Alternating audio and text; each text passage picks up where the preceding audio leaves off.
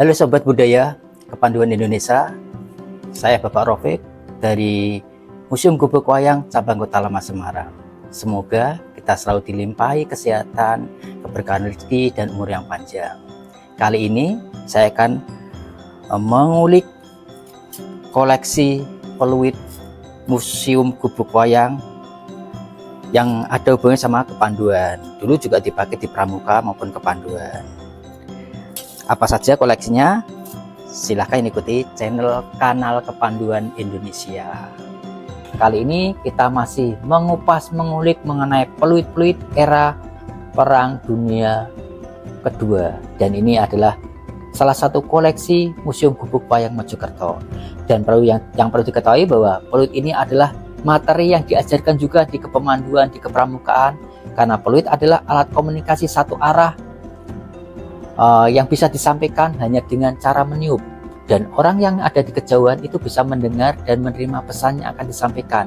Dan kelebihannya, peluit ini bisa dipakai juga pada saat terjadi bencana alam, tidak ada listrik, di tempat gelap ataupun di bencana alam, peluit ini bisa dipakai untuk alat komunikasi, menunjukkan tempat, menunjukkan apa pesan yang akan disampaikan. Dan kali ini kita akan mengupas mengenai salah satu koleksi dari Museum Gubuk Wayang, peluit buatan Den Haag Belanda. Dan peluit ini terbuat dari bahan kuningan. Kenapa dibuat dari bahan kuningan? Karena kuningan adalah salah satu bahan yang mudah perawatannya.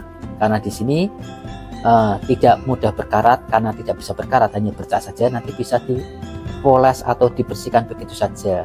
Dan ini diperkirakan buatan sekitar tahun 40-an. Seperti kupasan sebelumnya tadi juga ada peluit buatan Inggris yang diproduksi tahun 1944, dan peluit-peluit model seperti ini memang diproduksi massal di banyak negara. Jadi kupasannya masih hampir sama dengan kupasan sebelumnya, tapi kalau kepingin melihat yang kupasan sebelumnya bisa dilihat juga di channel sebelumnya, masih di channel Kepemanduan. Dan kita bisa lihat detailnya ini ya.